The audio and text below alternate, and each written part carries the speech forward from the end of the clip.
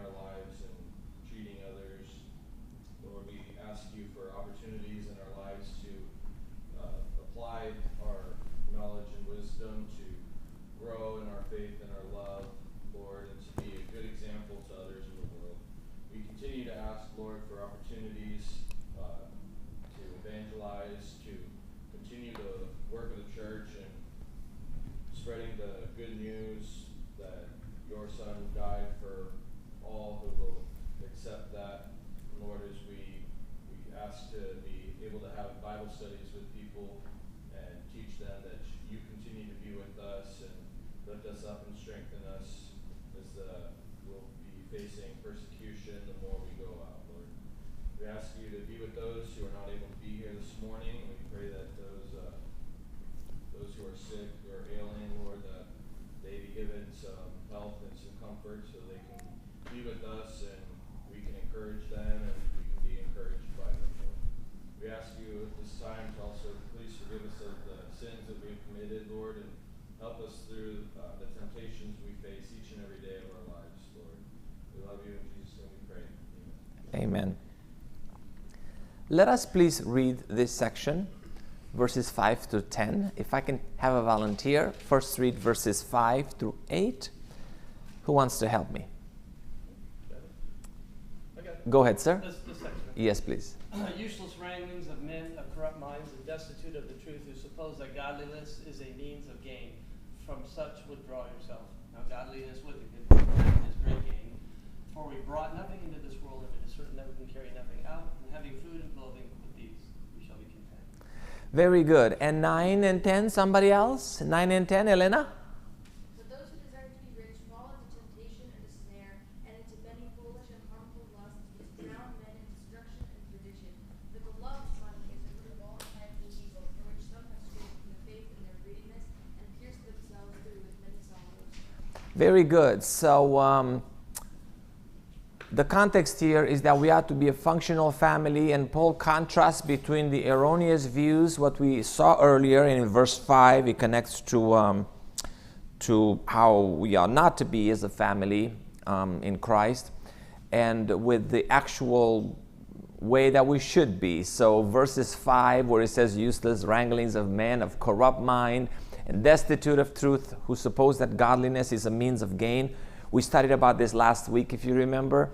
From such withdraw yourself on one hand, and rather talks about godliness as a contrast to corruption of minds. Godliness with contentment is of great gain, for we brought nothing into this world, and it is certain that we will carry nothing out. So a bit about godliness here. He says now, this denotes the contrast, as we mentioned, that is stated. Godliness, we talked a little bit about godliness in past studies in 1 Timothy, denotes piety towards God, really, and intent, desire to please Him. That's really what godliness means. So, and then godliness with contentment. What is contentment? Contentment is the state of being content with one's circumstances or lot in life. Whatever your circumstances are you content? We should be content, right? So godliness with content, really awesome combination, awesome mix. That's really the space where we want to be in. Speaking of contentment, Bible scholar Hebert, he said that contentment is literally self-sufficiency. A state of contentment makes one independent of outward circumstances, satisfied with one's inner resources, enabling one to maintain a spiritual equilibrium in the midst of favorable as well as unfavorable circumstances. It is not a stoical, I think that's a missing word, letter there, indifference or contempt for material things. So it's not a indifference, contempt for material things. It's not like you're going to say, I'm going to go live in the middle of Montana somewhere, all mountains, and I don't need anything, and that's really contentment. Well, you can just have food and what's necessary for your existence, and whatever really makes you have a life that you work for and you give thanks to God for. But I like it that it says that it's independent of outward circumstances, is when you realize that what you have comes from God and really is because of your hard work, things that you have, and you're not going to look in left and right of what others really should give me, right? So contentment is self-sufficiency. I'm fine. I am in a good place.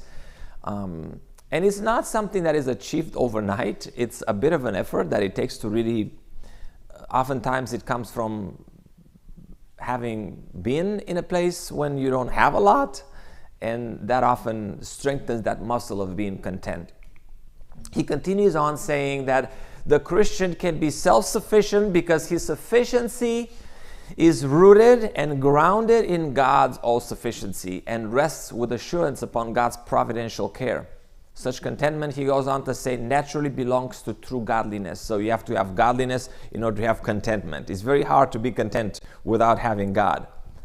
Devotion to God is the first condition of true satisfaction, and contentedness with an earthly lot is second. So you see, true satisfaction is you first have to be devoted to God, really understand where all things come from. And if you're going to understand that all things we have come from God and God takes care of us, I mean, if you don't have it really clear that God provides for our needs, to complain and say, well, I don't have my needs fulfilled, well, that means that what? God is sleeping? God is not providing for you? God is not giving you what you need? It's a shame, because really, if we do our part, God certainly does his part. So, right. So it's very important to understand that devotion to God, it's a first condition of true satisfaction, of true contentment. If you're not devoted to God, you're constantly going to be not contented, right? Constantly going to be like, I don't need this, I don't have this, constantly not enough, constantly running to get something. Because that place in your heart that says contentment, or in your mind, really should be occupied first by God. And then once God is there, everything falls into place when it comes to contentment. Brad? Reminds me of something my dad told me. He said, a lot of people will say, like, well, I can't really give because I don't make enough. So I have to work harder so I can make more money so I can give back to God. But when they make more money, they don't give because they're living. Yeah, the standard of living goes up. It keeps going up. And I know you know the concept too. Yeah. Most of us do. Yeah. So you keep working harder and harder and harder to get richer and richer Yeah. and richer, and you're never going to give back. But if you have a giving spirit to begin with, Yes. then as you are blessed more, you can give Yeah, more. yeah. It's a matter of the heart first. Yeah. And I think that's, it goes hand in hand with exactly what you're saying right here. Yeah. And it's being content versus, well, I have to work harder so Yeah. I can do this. Yeah, exactly. Yeah, because one, if you devote it to God, as we mentioned, first condition, second will automatically apply.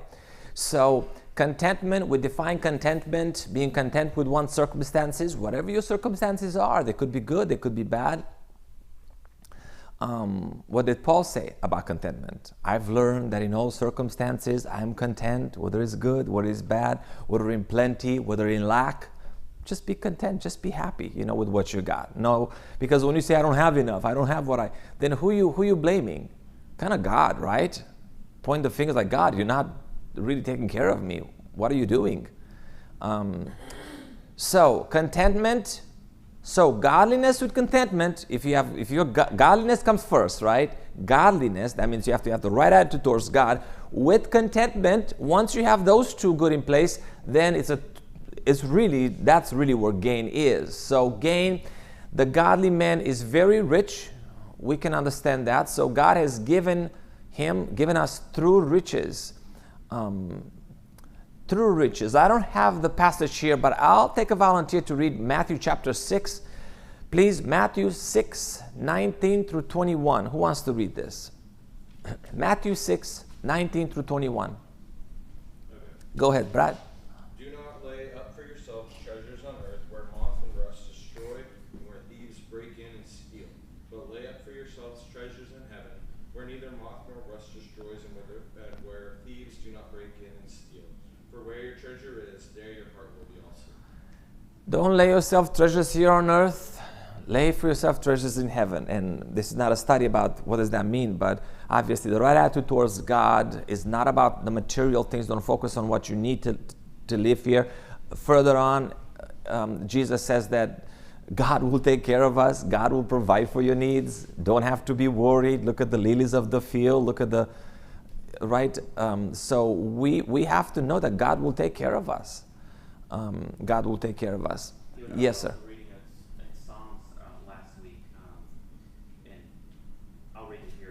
Blessed is the man who walks not in the counsel of the ungodly, nor stands in the path of sinners, nor sits in the seat of the scornful, but his delight is in the law of the Lord, and his law he meditates day and night. He shall be like a tree planted by the rivers of water, that brings forth its fruit in season, whose leaf also shall not wither, and whatever he does shall prosper. Mm-hmm. Yes, exactly. I looked that up when you Yeah. Uh-huh. That Lisa brought. Which one? The tree that she bought at the Renaissance? Oh, the Renaissance Fair. Right. She did get a tree. It's not connected. It's okay. It's okay. That's okay. Keep working on it. Yes. I did find this. It's an inside joke. It's okay. Very good. So, an attitude an attitude that seeks to please God first, combined with a trust that God will provide, is an eternal investment in the greatest wealth available. So, attitude that seeks to please God, combined with a trust that God will provide. A trust that God will provide. Can you also read verse 33, sir, since you're there? But seek first the kingdom of God and his righteousness, and all these things shall be added to you. So you see, there is a trust that we ought to have, that God will provide all these things. And what are all these things? It's the Four food, mentioned. the The drink, the clothing, yes. everything that they're Yes. worried about. Yes. I'll tell you, I've been a Christian for about 30 years, and I've seen many Christians throughout my life. And I'll tell you, the more spiritual a person is, the more content is, the more they put God first, the better they do in every respect. And you know, for everybody. I mean, you may be a young Christian that you've just been converted and used to be homeless or something, or you have nothing. It doesn't take very much for that person to really flourish, and that's because their mind is then set right. Everything is in the mind. I was watching. I have a Facebook group that talks about self-improvement and really how you improve yourself. And somebody challenged that, please write down a book about self-improvement. And every single book was about the mind. It's about how you think. It's about adjusting your mind, getting your mind right. Because if your mind is right on anything that you do, really, your mind is right, everything follows. So when it comes to contentment, when it comes to really what we have, if we have the right attitude towards God, combined with a trust in God,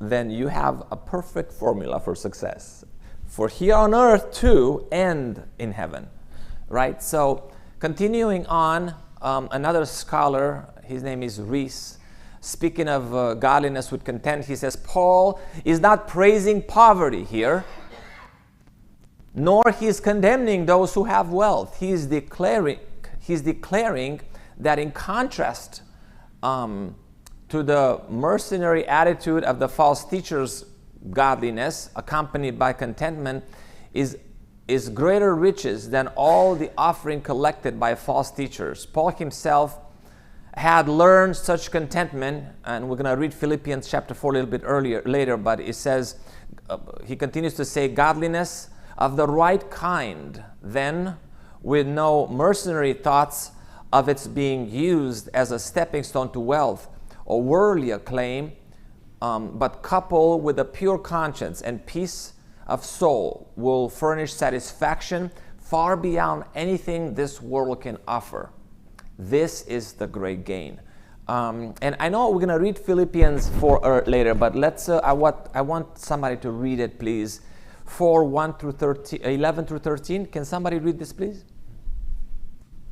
Jeff? I speak from one, for I have learned to be content in whatever circumstances I am. I know how to get along with humble means and also how to live in prosperity. In any and every circumstance, I have learned the secret of being filled and going hungry, both of having abundance and suffering need. I can do all things through him who strengthens me.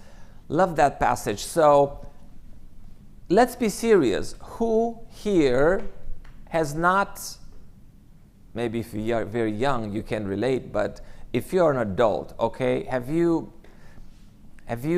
you look back and say, I've had modest means and I've had means that are better, and I can be content under all circumstances? I mean, have you guys always had? I mean, now you're looking dressed and you look like you've been fed, and has that always been the case? Has there been a time in your life that you have been in want? I remember when me and my wife first got married, our primary staples of diet were ramen noodles and mac and cheese.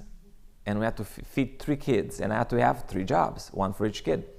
Both fine meals, by the way. Exactly. Yeah. So is there a problem with this? Yeah.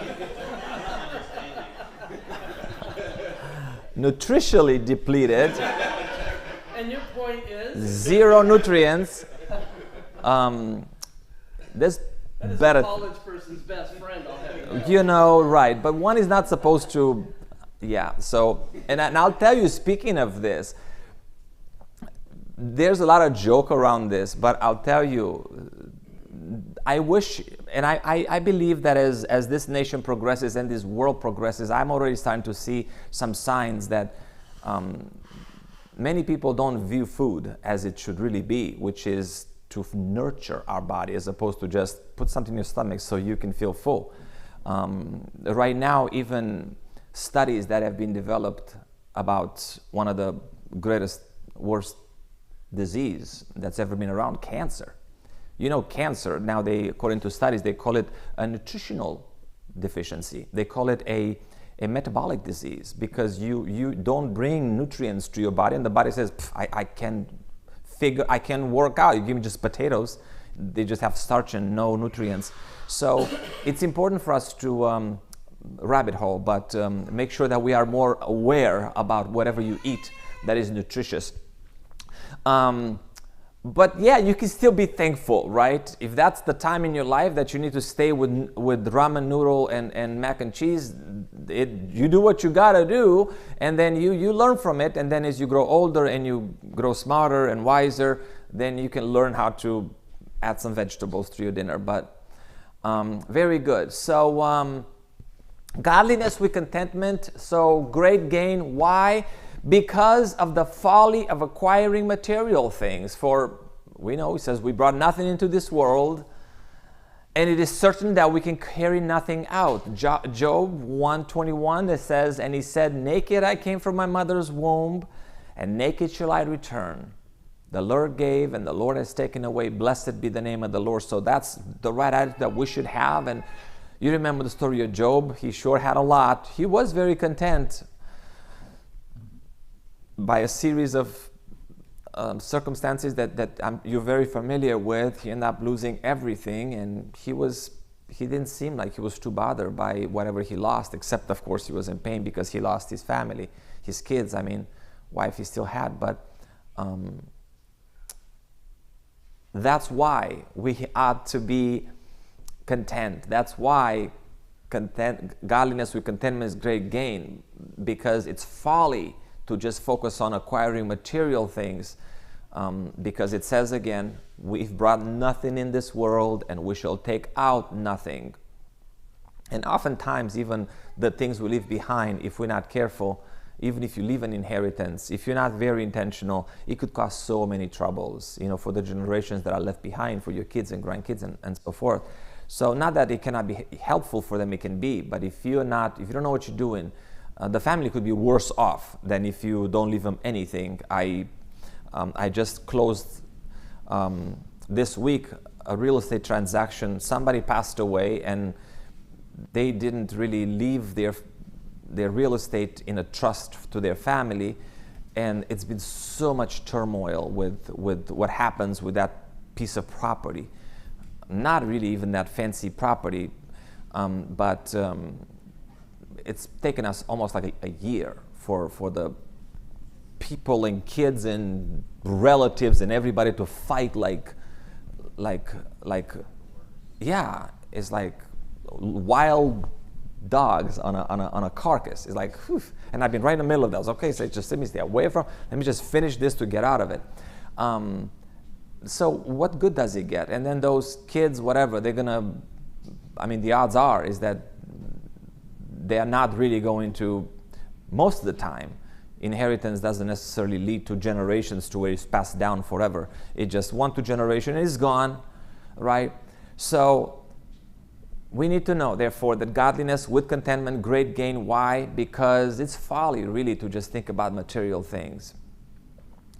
And really, when it comes to acquiring material things, when it comes to acquiring, where you started to where you want to be, it's really more about the transformation and really about the journey and what it makes you transform into, as opposed to just having things. So if you are right here and you have nothing, right, and over here and you have plenty, it is not necessarily what happens when you're here. It's just what you learn throughout. If somebody just gives you and all of a sudden you have a mountain of whatever you want, you're still going to be the same person. You can lose it and be stuck and be broke, as opposed to, what's that? Hopefully a better person as you move through life. Well, you should. But especially if you work for it, if you earn for it, if you struggle for it, if you sweated for it, right? As opposed to just receiving wealth, right? So it's really the person that you become, and really the perspective, knowing that it's not about material things. Psalm chapter 49 says something similar. It says, "For when he dies, he shall carry away nothing. His glory shall not descend after him." That means he's gone, forgotten. Further on in Ecclesiastes, Solomon, the wise one, verse 15 says, "And he came from his mother's womb naked, and naked shall he return to go as he came, and he shall take nothing from his labor, which he may carry away in his hand." Nothing. So therefore it says, having food and clothing, with these we shall be content.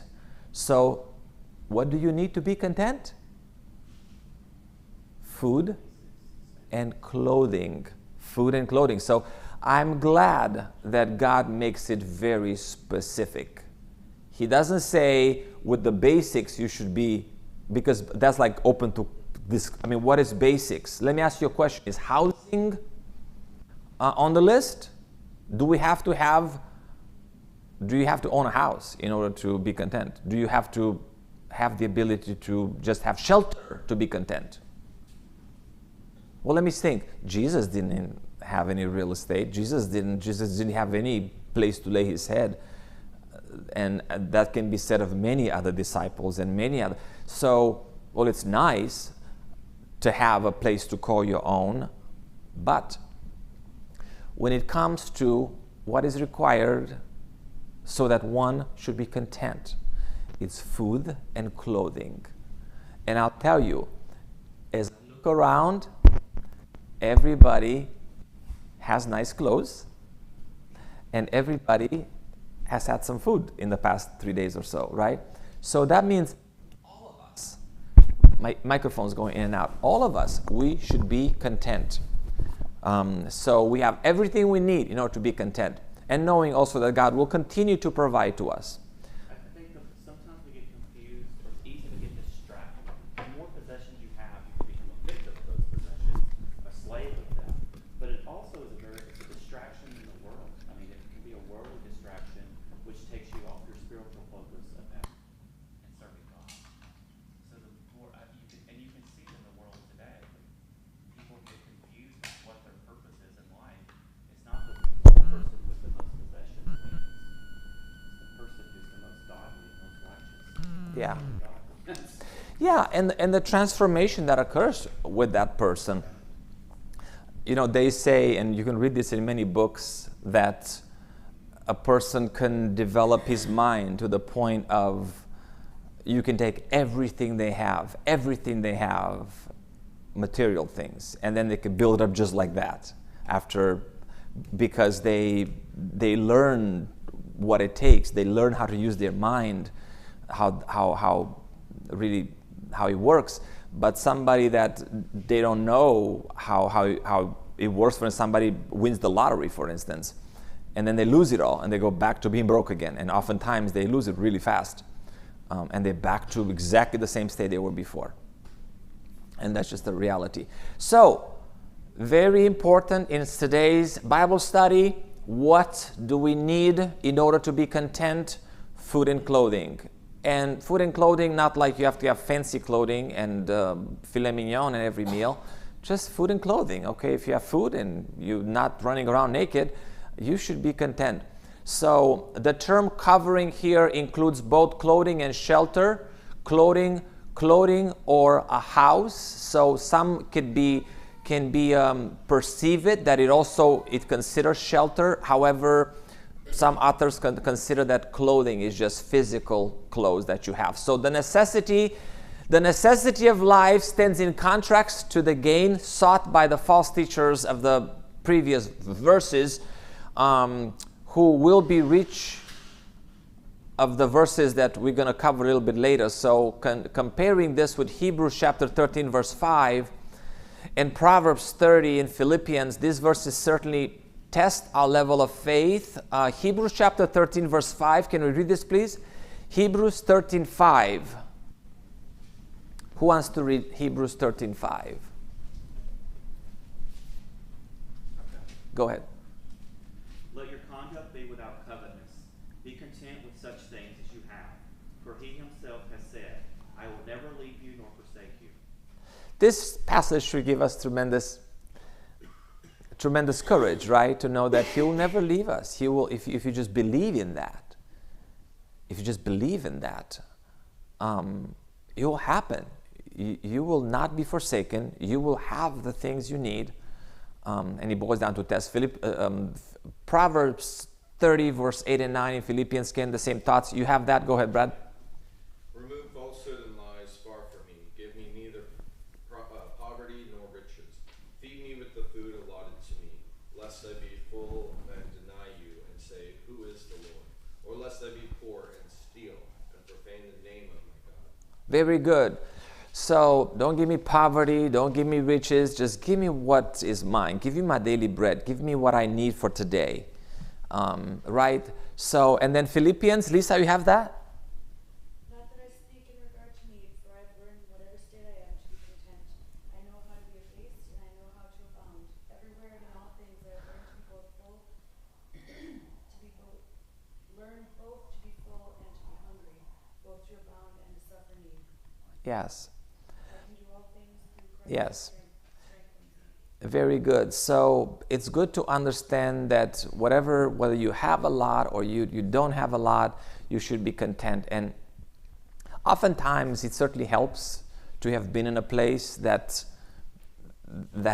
you didn't have a lot. I think it's an advantage actually. Because if you don't know, let's say you grow in a family and you don't know what it means to be in want. I mean, go ahead, tell to a child that you don't know what it is to just only not able to just buy essentials to life. And the kid's like, they don't have perception, because if they're accustomed to go to the store and just get anything they want, it's much harder. But I'll tell you, for an adult, having been to where you really have to watch pennies, right? When you cannot go into a fast food because you don't have money to even buy something that's made, you need to just make do with much less than just even fast food. Whenever you spend time, let's say when you're older and you spend time at a more fancier restaurant, or, I mean, even now, I'll tell you that right now, whenever I eat at a more fancy restaurant and I have more choice foods, I don't share this necessarily always with my family, because they look at me like, here goes daddy again, rolling their eyes. But in my heart, I always am thankful because know that there's so many people that don't have this, and I've been to the place that this wasn't even in my dreams. And in this country we're so blessed because you could eat some pretty great foods in some pretty great restaurants too. They can, in the contrast, opposite side to ramen noodle.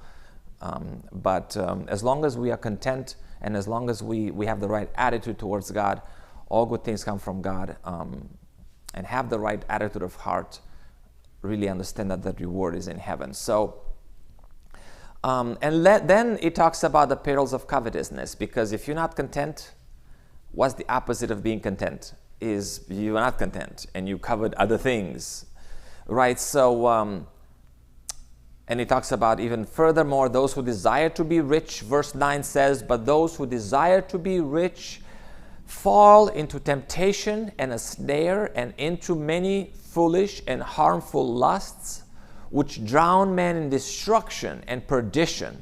So what are the consequences? So desire here denotes greed, avarice. One has set their affections on the things of this world. There's a few passages there to support that. So there is great danger in seeking wealth as a prime end of life. If you think about, boy, I just need to accumulate wealth, and not be content, It's just such a mindset to where you can never be enough. And I was having this conversation with my wife the other day, and it's like, okay, we should be content. Every single time my mind is like, you have to be content with everything you have. Don't want constantly more and more and more. Just be content. So contentment is really such a strategy of the heart, to know that if you are content in your heart is such medicine to the heart, to be in that place to where you are just thankful, sir. You and I were having a conversation together, and it was Every Tuesday night, yes, Barrett, yes. Too, and this conversation kind of came up, and this is where Barrett was sharing personally, and I'm going to speak for him because he's not here. Go ahead. But he was like, he's like, I don't want to work. He's like, I just want to be able to preach the gospel. So he's got a tenant. He's building a tiny home. He's got a storage container. He's like, I'm trying to use my property so I can not work, but be provided and be able to just preach. Like, that's all he wants to do. And I'm like, that's sure contentment right there. Like, he's like, I don't need anything. He's like, I don't want to be doing that, because he shared with me personally. He's got this mindset of when he's working, he goes down that path of work, go, more. Yeah. And he's like, I gotta get out of that and focus on what's important. That's teaching and preaching. Yeah. And I think that's really the attitude that we should have. Yeah. But that's really hard, because unless you can live a minimalist lifestyle like that, you have to go to work to have an income, to take care of your family, and your time to preach and teach gets smaller and smaller and smaller. The more we can be content, the more time we'll have to do what we're supposed to do. Right, very good. So a few perils of covetousness, continuing here. Those who desire to be rich fall into fall. This is the present tense, a continuous falling into temptation, evil paths to attain our desires are always present. So temptation, just constantly a temptation for this. It's called a snare, a trap. What is a trap? A trap is when you don't see it coming. You just fall, surprised. Many foolish and harmful lusts. So sinful motives and desires that are bad for us are multiplied when you are being covetous, when you are not content. So you're not content, you're looking at additional temptation that faces you, snares, foolish, harmful lusts, which drown men in destruction and perdition. I mean, if you think for a second that there's anything good of covetousness and not being content. The idea of being drowned into destruction and perdition is not the most desiring thing that one should know that is going to be in the future if covetousness is where they live. So the term here, render, plunge, or drown, refers to merely to a person, doesn't refer to a person nearly drowning, but of a wreck, according to Barnes, where the ship and all that it is go down together. So that's really what it means, to just everything just down. The whole thing falls apart. So the temp ruin and destruction refers to utter ruin. The total ruin of happiness, of virtue, of reputation, of marriage, of family, of destruction that awaits even in eternity. So really, that's really what goes on when somebody's just not content. And when you are content, and by the way, when I mean content, doesn't mean I'm just going to be content and do nothing and watch Netflix all day. You still have to work your butt off, okay? You still have to go to work. You still have to keep a job. Because it says, guess what? If you don't eat, if you don't work, don't eat. So it doesn't mean that if you're going to be content, you're going to be content with minimum wage and then be like that for the rest of your life. You can be like that if you want, but you don't have to. You can just improve your skills, and then you can do better to where you don't have to eat just ramen noodles and mac and cheese. But no matter whether you have a lot or a little, this is the nature of the heart that you still have to be content. Very good. So let's continue. So verse 10 says, for the love of money is a root of all kinds of evil, for which some have strayed from the faith in their greediness, and pierced themselves through with many sorrows. So the love of money, and by the way, it's the love of money, not money. Many people say that money is the root of all evil. It's not money. Money is not the root of all evil. There's nothing evil intrinsic about having a $100 bill. It's just the love of money, to where that's really where your affections are. That's all you, and money, causes many people to be many emotions in many people. Yes, sir.